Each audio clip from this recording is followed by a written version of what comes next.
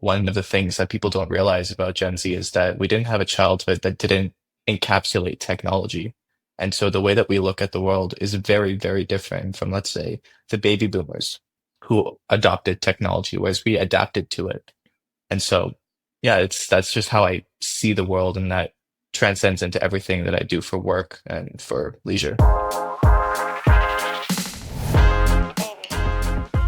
So, welcome to the Las Vegas IT podcast. My name is Shatoya, and today I have the pleasure of speaking to Ayush as a creative director at New Sapiens. How are you doing today? Good, excited to be here. Thank you for having me. Yes, and I'm super excited to get to know you a little bit better. Can you just tell us a little bit about yourself? Yeah, I'm a Gen Z, and so I'm 23 years old, about to turn 24. And so my perspective on technology is very different from everybody else. One of the things that people don't realize about Gen Z is that we didn't have a childhood that didn't encapsulate technology. And so the way that we look at the world is very, very different from, let's say, the baby boomers who adopted technology, whereas we adapted to it. And so, yeah, that's just how I see the world, and that transcends into everything that I do for work and for leisure. Understood. And then how did you get your current role? So I was part of the COVID cohort. So I only had one semester in actual university, and then I got what's called Zoom University. So I spent, tens of thousands of dollars on, people on a Zoom call. But I really wanted to get a degree in AI, and that was derailed because of COVID. But I thought I can still learn about the industry and about the technology. And so I read every piece, every book, every text, listened to every podcast, read every article as I could that I could get my hands on. And I realized that everybody's talking about AI, but nobody talks about AI for Gen Z.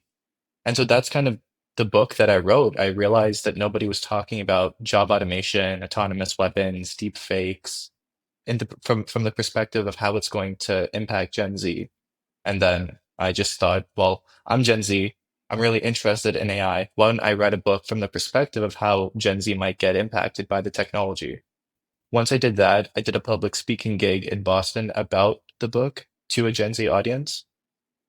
From there, I started a podcast talking about everything under the sun in relation to Gen Z, not just AI, but other topics. And from there, I got an interview with the CEO that I work for now, who basically said, you and I think very similarly along the lines of artificial intelligence. So why don't you come and work for us? So that was the story. Wow. That's a great story. I totally get it about being in college and then, COVID happened. So I totally Mm. understand that. Could you just share with us what are some of the books that you've read when it came to, learning about AI? Yeah, so three really great books to start off are Super Intelligence by Nick Bostrom, Life 3.0 by Max Tegmark, and Our Final Invention by James something, but there's a robot at the front. And then Human Compatible by Stuart Russell is the fourth one, I would say. So those four books would really give you a deep dive into AI. And then two other books would be On Intelligence and A Thousand Brains Theory by Jeff Hawkins. One was published in 2004, one in 2021. Those really give you an understanding of artificial intelligence from the perspective of the brain. But I would also want to tell people, if people are interested, that look at books that were published before 2022. That includes my book as well, but I'll get to that later. But when you look at books published after 2022, you run into the real problem now of seeing ChatGPT generated books and people just like not putting any creativity or any critical thinking in producing a text and just putting stuff out there. So I would look at books from basically the 2000s and 2010s all the way up to maybe 2021. But those four books, I think, would give anybody a real solid understanding of the technology. Understood. And you said, and it's crazy that you say that because a lot of people are just hearing about, things like ChatGPT, AI. And I know that it's been out for quite a while. So that's so good for people to know is to be sure to, look for books that were before 2022. Could you share with us a little bit more about your books or your book? Yeah, 100%. So my book is basically, it's kind of three books in one. So number one is explaining who Gen Z are. Because whenever I talk to like I love talking to older people. I like people who are like at least 70 and above because they have real life experience. Whereas when I talk to people my age, I feel like we have a very narrow and stubborn perspective on life. And that's not a slight, it's just my observation. So whenever I talk to older people, whether it's in the executive field or managerial or whatever, they have such a strange perspective on my generation. They call us the quiet quitters, we don't want to work hard and all of these things. And so I thought, why not write a book or write a section that details exactly who we are? How do we think? Why are we so focused on politics and sustainability and climate change? Like, what's the point of that? How does our psychology change when we're dealing with those things? Why are we called quiet quitters? So that's the first part. The second part is essentially explaining what AI is for Gen Z and how it's impacting the generation already.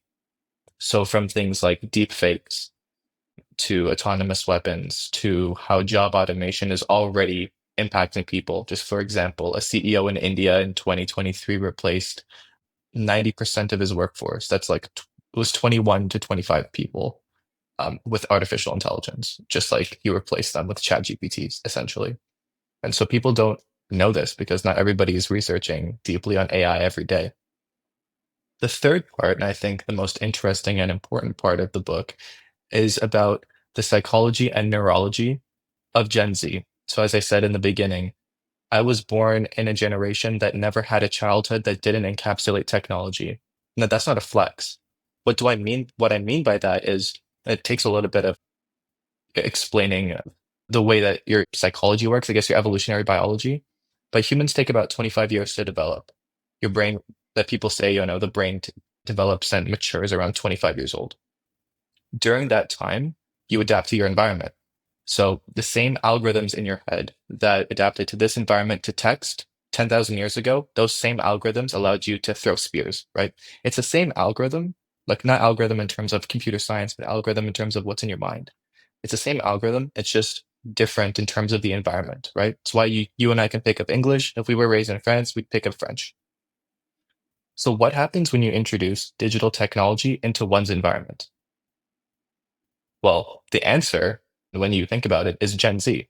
So, what happens when you introduce Facebook and TikTok and Snapchat and YouTube and Twitter? What happens when you introduce digital metrics that we focus on, like likes, follows, and subscribers, comments, shares? What happens when you introduce the dopaminergic system? So, these social platforms that hack your dopamine system make you want more.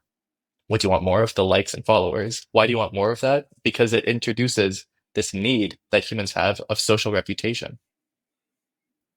And then, so the first one is called reward, which is dopamine, reputation, which is the likes and followers and the digital metrics. And the third part is called reach. So, just as an example, in 2017, Reed Hastings, who's the then CEO of Netflix, now he's the chairman, he was giving a presentation. And he basically said, at the margin, we're not competing with Disney Plus or YouTube or Amazon Prime. Netflix is really competing with sleep. And so when you think about that, when you think of how these companies operate, they don't really care about you. I don't know if I can swear, so I'll keep it clean. They don't really care about you. They just want to profit off of you. The term in Silicon Valley is if it's free, you are the product. Not that Netflix is free, but you can kind of use Instagram in a free way. And so, for me, when I wrote that section of reward, reputation, and reach, and explaining how your mind works to Gen Z and to parents, I really wanted to start a conversation of exactly what's going on. Like when we talk about all the problems in the world, what is that? Like when we talk about how Gen Z just cannot critically think, which we'll get into with AI, what is that? Like, what is that thing? And so I just wrote the book because I was passionate about it and I found it interesting. So I hope that wasn't too long, but that's kind of the gist. No, it was great. You mentioned a lot. And one of the things I want to ask you is I've actually never heard of this term before. You said quiet quitters. Exactly what does that mean? So one of the perspectives on Gen Z is that we are not hard workers. And the older generations, and when I say older generations, I don't mean millennials, but I mean baby boomers, Gen X, and some of the silent generation, when they consider how Gen Z work, we don't go above and beyond for the same pay. And what they consider that quiet quitting. And so essentially, if you're not going above and beyond as a young person, you're kind of like quitting your role. And so to me, I find that absurd, as does many of my generation, because it's like, why would I go above and beyond if the economy is absolutely garbage and you're not paying me more and you're not giving me any room to grow? You just expect me to be an automaton, and I don't want to be that. There's no way for you to try to force me into that. So it's an absurd ideology that these people have, that older generations expect young people to occupy and conform to. And I write about that, which is you expect young people to go above and beyond, but you don't give them anything to go above and beyond to. Like, we are not similar to you in terms of our neurology or psychology. So how could we ever become like you? How could we ever work like you? It's a different world. In the same way that if I were to travel back 100 years, in the future or in the past, I wouldn't be able to use the same language, the same bodily gestures or whatever. You'd have to conform. So that was one side. The other side is to kind of explain, well, the older generations kind of have a point because Gen Z really don't want to work hard. 50% of them, when surveyed, said that they would like to quit their job and be an influencer. Now, influencing is all well and good for the very rich and famous ones, but at the margins, those are the outliers. And so people don't realize that to be an influencer, you need to be at least $10,000 in credit card debt in order to start. Mm. And so it's kind of like there's no nuance in conversation anymore. And so when you're discussing these topics and these ideas and these concepts, I like having both perspectives simultaneously because it gives you a more coarse-grained understanding of what's taking place. It's not that, older generations are dumb. It's not that Gen Z are dumb. It's just we're talking past each other rather than at each other. Got it.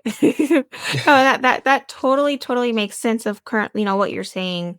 And I didn't know that it took, so much to, a lot of times, when it comes to influencers, we see the highlight of their, when they're on top. So, that's great that you shared that with the audience. And so, when it comes to AI, how do you currently use it every day? I try not to. I used to dabble with ChatGPT a little bit. Look, I work for a company that's supposed to disrupt ChatGPT, so I'll get my bias out front. But I can have an interesting conversation about it because I do think that we should talk about it in a professional way and in an unbiased way because there are interesting ideas to, throw back and forth. I'll just put that out there.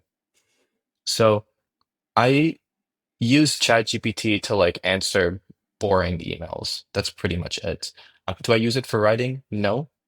Sorry, let's say yes and no. Do I use it for writing in the sense of producing ideas and trying to get an idea from my mind onto a sheet of paper or a digital screen? No. Do I use it to edit? Like, do I go to ChatGPT and say, give me 5 variations of this sentence to try to see if there's any other way, any other idea I haven't communicated? Absolutely. Because, it takes so much cognitive power, it takes so much time to write 5 sentences. Maybe I use ChatGPT and it gives me something and I can have that in 10 seconds, right? But going back to the first point, when you're writing, and I think writing is the most beautiful art form. People disagree with me, and I accept that. But writing, you're able to communicate an idea from here. And people don't understand how important that is. Even speech is so lossy because what I'm trying to say here is not being communicated here. But with writing, you're able to interact with an idea and refine it in such a way that it is exactly what is here. So I'm literally giving you a piece of my brain when I write. When I write well, I should say. But when you interact with technologies like ChatGPT, especially if you're a student and you're a young person and you don't know how to write and you don't know how to interact with your own ideas, you don't even know what your own ideas are. When you interact with the technology like that, you're giving it all of your brain power. So when I write well, I'm giving you a piece of my brain. If you don't know how to write well and you interact with ChatGPT as a young person, you're giving it all of your brain power and you're saying, I don't need to think about this. You do the heavy lifting. No. Is that feasible in a certain way when when modern day education sucks? Absolutely. If I was a student, like I'm 23, if I was 18 5 years ago, and ChatGPT was out, and I didn't want to write an essay on like, whatever, the perks of, business organization, absolutely, I would use that technology.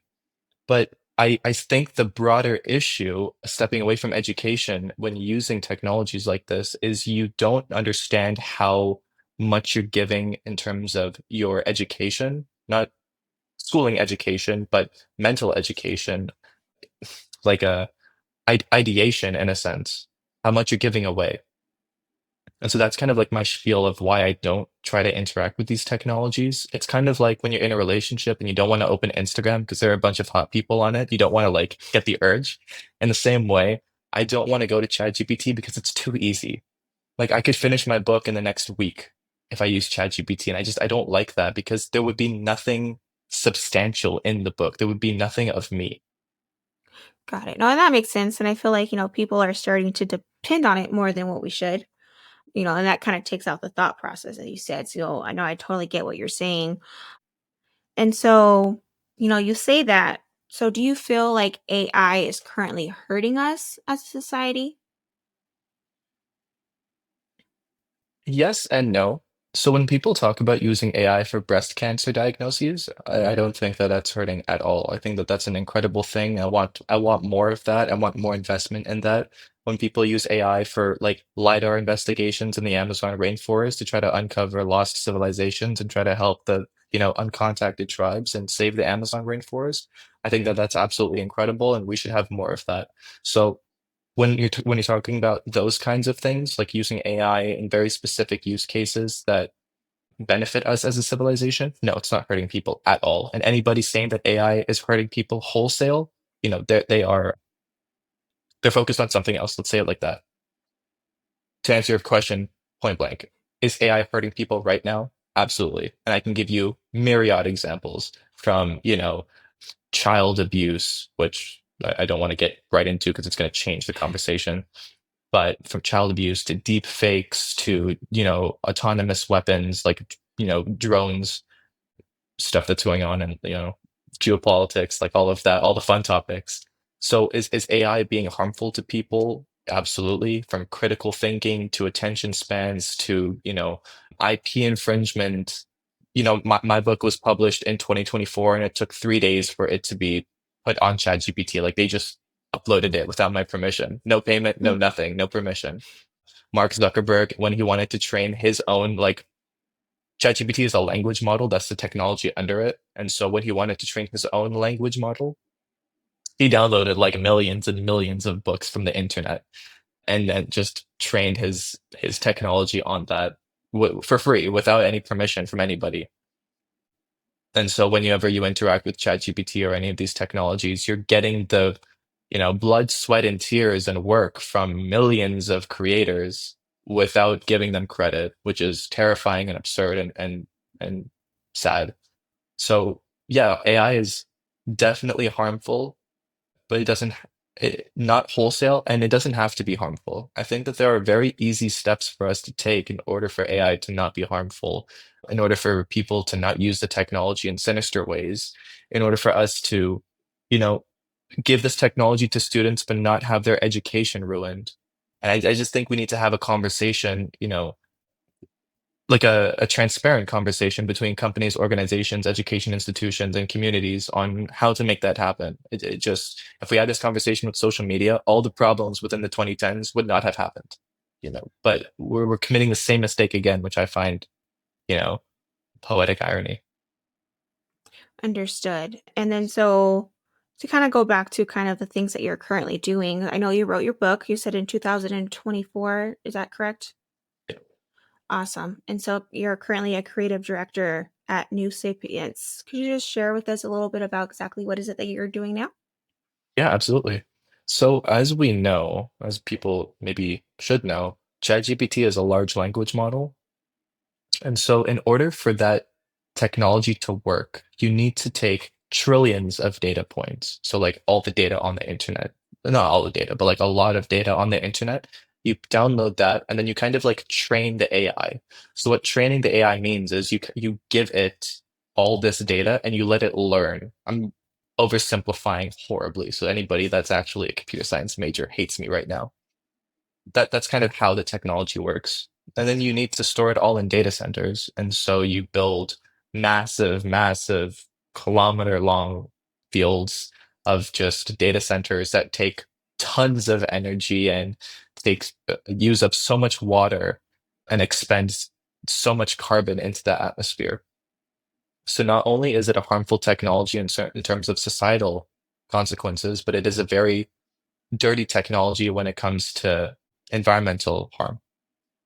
So what we at New Sapiens did, not we, because it was just one person, the CEO of New Sapiens, his name is Bryant Cruz, and he thought of, this idea that intelligence in a machine and intelligence in a human brain, them being different, that doesn't make any sense.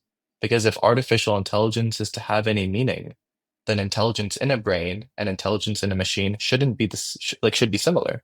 That doesn't make any sense for them to be different. So if ChatGPT doesn't work like our minds work, then it's not AI. That's not real artificial intelligence. It's like imitation intelligence. It doesn't make any sense. And so he thought to himself, well, then what is intelligence? Like what is going on up in our minds? Like how do we produce intelligence? Again, I'll oversimplify because we're running out of time. What he ended up realizing is that we have a certain, let's say, intelligence understanding in our minds, and we can synthesize that and put that into computers. And once we do that, once we've synthesized what's in our mind and put that into a computer, then that computer literally has a world model. And so the ability to understand that I'm a self and my name is Ayush, I'm talking to Shetoya, like all of these things, the ability to understand that you are different from me and I'm different from you, that's called having a world model. I'm able to know that this cup is different from me, right? And so if you're able to put that in a machine, then things kind of change because if a machine is able to understand it has a self and there's a world out there, then automatically you don't have to have trillions of data points and all these data centers or whatever. It just has it. And so that's what we're doing at New Sapiens is we've already put a world model in a machine, we've synthesized all of that, and we're just kind of building it out. I encourage people to check out the site or if you're interested. We have extensive documentation on how it works, but I really enjoy working for this company because it really is it's a contrarian company number one, but it is really an antidote to everything that's going on right now.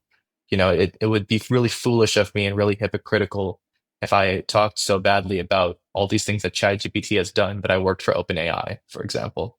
So I'm really happy to work for a company that doesn't engage at all with LLMs. Like we have nothing to do with ChatGPT, excuse me, or anything like that.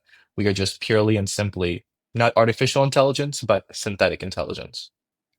Understood. And when you say LM, just in case people don't understand, can you just share with us exactly what that Oh, is? apologies. Yeah, LLM is a large language model. So again, the technology underpinning ChatGPT is called a large language model. Technology underpinning Google Gemini, large language model. Technology underpinning Claude from Anthropic, large language model. So any chatbot you interact with generally is a large language model. Which so that being said, it uses those trillions of data points and has all the data centers and all the societal consequences and environmental harms that we just talked about applied to large language models. And then the model that you guys are currently using is called what? Synthetic intelligence. So the actual technology is called synthetic intelligence. The product is called Sapiens. So Homo sapiens, we are wise men. Sapiens is just wise. And so you're able to talk to a sapiens and have it talk back to you in the same way that you would talk to somebody else. ChatGPT kind of accomplishes this already, but again, we just talked about how it's not really real intelligence, but synthetic intelligence is the closest thing. This is my marketing hat on, so I apologize, but it's You're the fine. closest thing to human intelligence that we have. Got it. And then, so is it similar to ChatGPT where you're placing it into like a chat, or is it? Would you say it's similar when it comes to like at the actual like use of the software? It would be similar to iMessage actually. So the way Okay. that you would talk to a friend, the way that like the application y- you'd be able to talk to your Sapiens in the same way. So ChatGPT is actually the application on top of the large language model. Sapiens are the actual application, the actual technology. So it's a kind of a different paradigm in that way. Understood. No, these are just questions I'm sure everyone will have, understanding what's the difference. And I'm guessing, is there a price range or anything like that? Or is it similar to something like, what does that look Yeah, like? so when it comes out, it will be similar to maybe a music subscription. So like 12, $15 a month. I dislike it when things are priced out so heavily and you have to like afford cutting edge technology. That seems kind of ludicrous. And so Mhm. we really wanted to make this thing really affordable, kind of a no-brainer. Like I'm pretty sure I might I might get chastised for this, but we'll give like a 2 month free subscription to everybody. And then if something works for you so well that it's taking care of your inbox and you're able to talk to it and it's taking care of your travel plans and all of that, and you're able to have so much time back, $15 is like, yeah, 100%. Like, forget Netflix, I might as well buy Sapiens type of thing. So, Got it. And then just so I understand it fully, you could say kind of like an assistant. yeah, so it's an assistant, it's a companion, it's a digital entity in that way. You're absolutely right. Understood. And then for 12 to $15 an hour, exactly what is someone getting for that? 12, $15 a month. Oh, sorry. A month, yeah. That's No, what not I an meant. hour, no. No, no, no, no, That would be that's what I crazy. meant. No, Yeah. yeah, that's what I meant. 12 to 15. I don't know why I said month or hour. So exactly what is it that someone's receiving for that 12 to $15 a month? And yes, I understand that pricing is awesome. So what is someone getting? So basically everything that you would want a digital personal assistant to do. So for example, for me, my daily life looks is like a lot of emails, right? I have to answer a lot of emails. I have to use when I'm talking to investors or potential investors or current investors, I have to remember everything that they said to me, all like the little nuances. And so, if I'm talking to, let's say, investor A, I have to remember certain things about his investment. How old is he as an investor? Did he join at a time where the company was at a different place? All of those things. And so it would be nice to just have a Sapiens, or let me not put my marketing hat on. It would be nice to have a AI companion to be able to handle all of that for me. I would not want to import my export my cognitive load onto it fully, but I'd like to have like a co-pilot and just like hey, do you remember what, investor A said on March 20th, 2021, and just have them pull it up for me rather than rotely going in and figuring out and then and then parsing it and then doing all of that. That and then having a technology that can at the same time be your travel assistant and travel advisor, for example, at the same time be your therapist. And so again, there's a different conversation to be had on how the world changes when it comes to artificial intelligence doing so many of the things that humans did. That's a different conversation and a fun conversation. But yeah, that's kind of what you should expect when Sapiens do come out. Oh, and then when is it coming out? I think we'll have a public beta within 6 to 12 months. We're undergoing a campaign starting maybe first or second week of May. Going to be pretty quick campaign. And then we're just going to hire like crazy and build out the technology and get that public beta out. Because once we have the public beta out, we'll be going to, the bigger people and kind of licensing it out and, getting those subscriptions and giving people the technology and the AI that they want for once. No, that is so awesome. And so, if someone's looking to, is there anything else that you'd possibly like to share with the podcast or audience? Um, Not really. I mean, if people are interested in the book, I can send it. I can send them the book for free. Like, I really don't care about the money or anything like that. To me, the main thing is to get the information out there. Yeah, I really enjoy talking to people like this, so I just want to say thank you. Yeah, no, and I have really enjoyed today as well. And I would love a copy of that book. Yeah, uh, 100%. yeah, and I'll be sure to put that a link in the description so everyone can have access to it as well. And if someone's looking to reach out to you, how do they do that? Many ways. I mean, you can reach out to my email, genzdiplomat@gmail.com. I can send you that when the show is over. you can reach out to me. You can DM me on Instagram if like that's your thing. But yeah, no, I'm pretty easy to find. Connect with me on LinkedIn. All of the good stuff, all the Gen Z. Not no TikTok, but yeah, I got Instagram because gotta do it. You're like, not TikTok. No, I totally get Not it. TikTok. No, but today was such a Yeah. pleasure. And I hope you have an amazing day. Thank you so much. Thank you.